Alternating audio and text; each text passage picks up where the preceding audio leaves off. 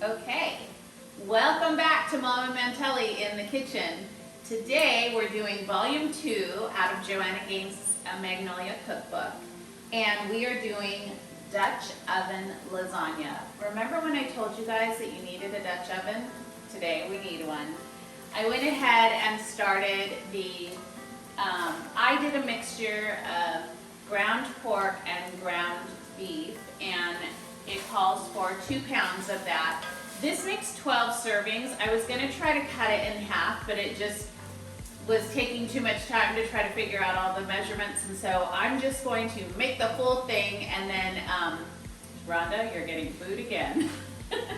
So I went ahead and cooked the ground beef and ground pork. I have some chopped up onions in here, and I am gonna add my seasonings in just a second. I'm letting the onions do what they call a sweat, which means you want to let them cook down a little bit so that they're not so crunchy, they're a little bit more soft. And so I'm just wiggling all this stuff around. I'm gonna start adding a little bit of dry seasonings right now. We're gonna do a tablespoon of Italian seasoning. And for all you ladies out there that called me out and said, "Where's your apron? Put your apron on." Today, it really is Mama Mantelli in the kitchen. I have my apron on. So I normally don't wear an apron in the kitchen. It's just one more thing I have to worry about, and it just is not something I really think about. But thanks for the tip, guys. So I'll remember to wear my apron when I can. Throwing a little garlic powder, some pepper, and now we're gonna do some salt. It calls for a teaspoon and a half. So let me get that all mixed in together. Then we're going to throw some fresh garlic in here, which you guys know I'm from garlic capital city of the world, so we love our garlic in Gilroy. And one of the things I love when it's almost time for fresh garlic, and it sprouts up around June, I believe. And they always come out nice and big, and I just love that. So I'm gonna throw 4 of these babies in here.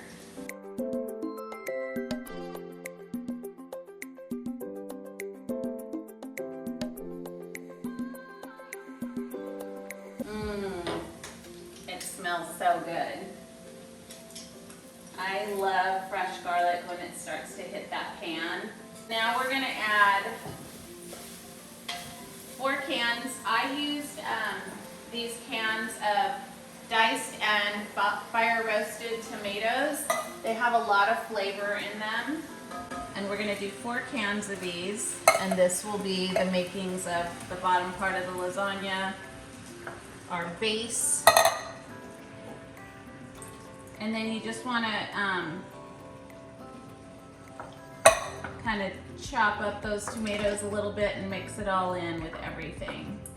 And that is the first part of this recipe, and next we will go into the creamy cheesy part of this recipe. All right, so we cooked that meat mixture, but there was, of course, a couple things that I wanted to mention to you. One, you'll see in the still shot that I added basil, and I forgot to add that in. So I have a fresh garden outside that has some of those awesome spices, and one of the things that I have in my herb garden is basil. Fresh basil is something you can use a lot, especially in Italian cooking. So just chop that up a little bit, throw it in there. And then this is something I mentioned to you guys a while back from Pampered Chef. It's a little shout out, a mix and chop. It's so good.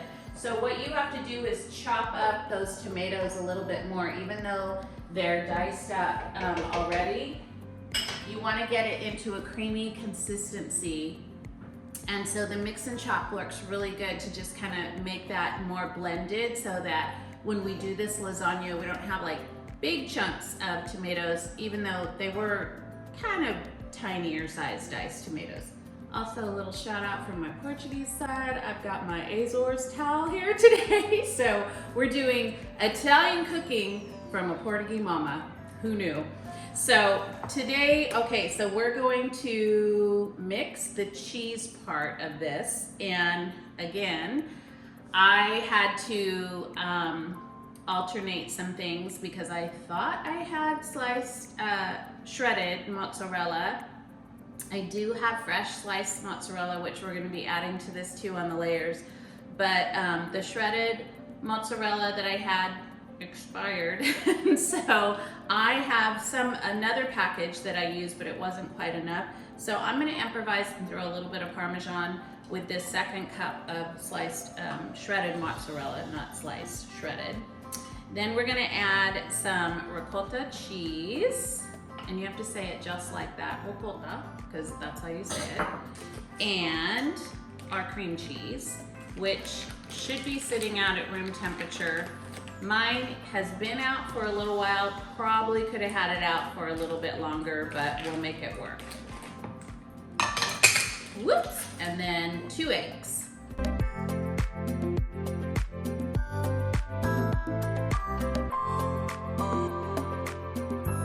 So here comes the fun part. We have to mix all this together.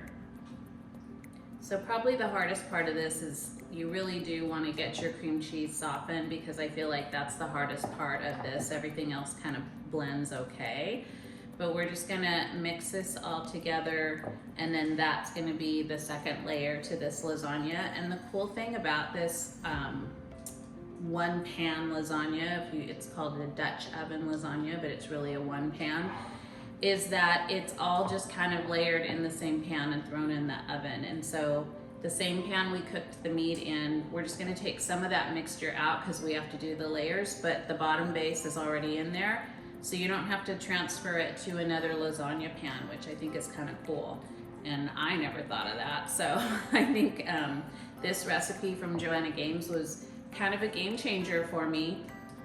I will do a little side note and let you know that, again, even though my husband is Italian, his favorite Italian thing is homemade raviolis, which we do make, and maybe we'll do that for you guys someday on this show, because it is a work of art, but it is a lot of work. But his non-favorite thing is lasagna. But I love lasagna. My friends love lasagna, so whenever I make this, I just give it out to all my friends, and then I save a little portion for me, because I think it's like one of those really down-home things.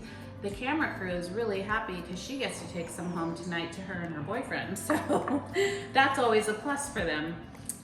So anyway, that is pretty much what we do with this, is mix all of this together. And then we're gonna get ready to layer all the pieces.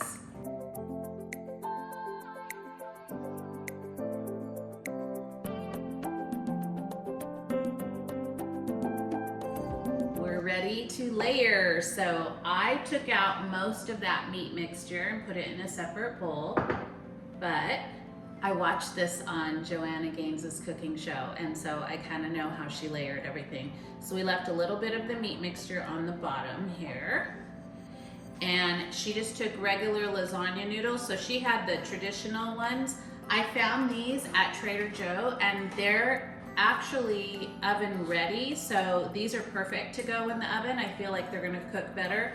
But one of the things that she did in her recipe is when her noodles didn't fit, she just cracked them to fit, which I thought was genius, because I was like, how is she gonna fit those long things in this Dutch oven? So you can just fit them to layer, make the layer even as you can in a round bowl.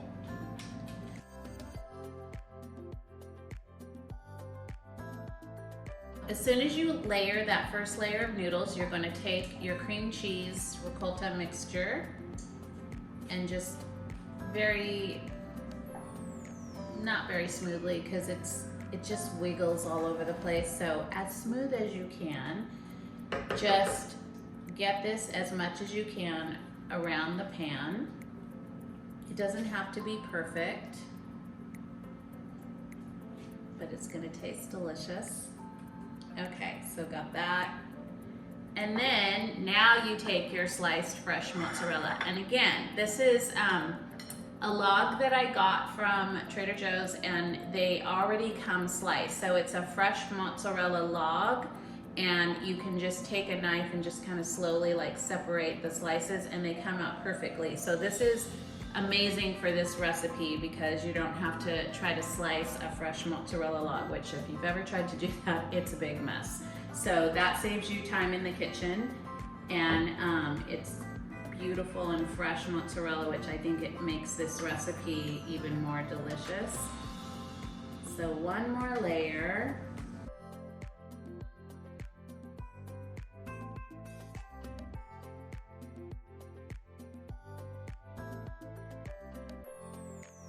This smells so good, you guys. You could actually take this meat mixture and pour it over fresh zucchini if you're keto friendly, which I am most of the time.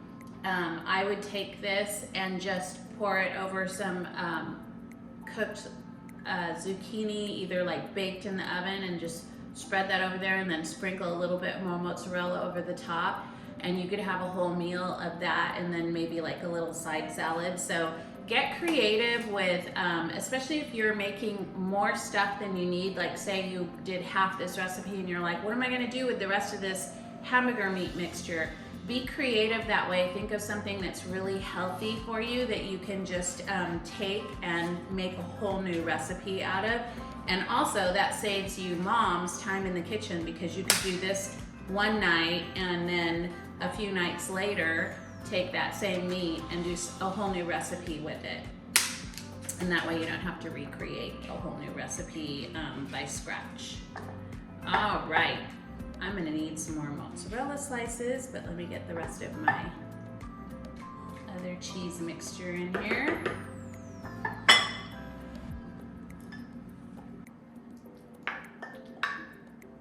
This is all coming together. Love it. You always have to get the very last scrapings. Don't waste food. Get that very last little bit. All right, and I'm gonna get a scraper because I'm serious about that. You have a whole bunch of cheese left in here. Always have to have your scrapers handy. Look at that.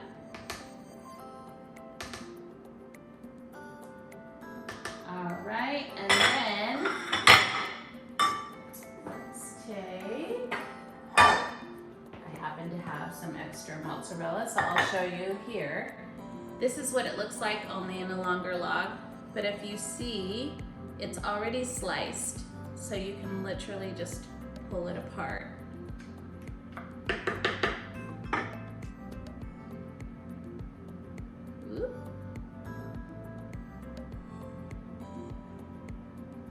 So I'm just layering this around the outside, and then I'll do one big chunk on the middle, trying to get it so that everybody gets a piece of cheese, because that's my favorite part, is cheesy goodness. And then there's just one more layer of tomato sauce over the top.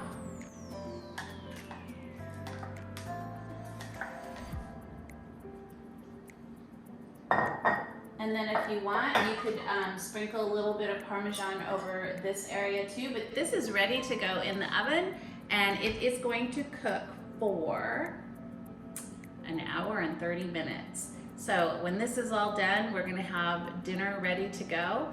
Not for my family, but for me and my friends, and it's gonna be delicious. All right, here's that yummy goodness. We're gonna dive into this in just a minute.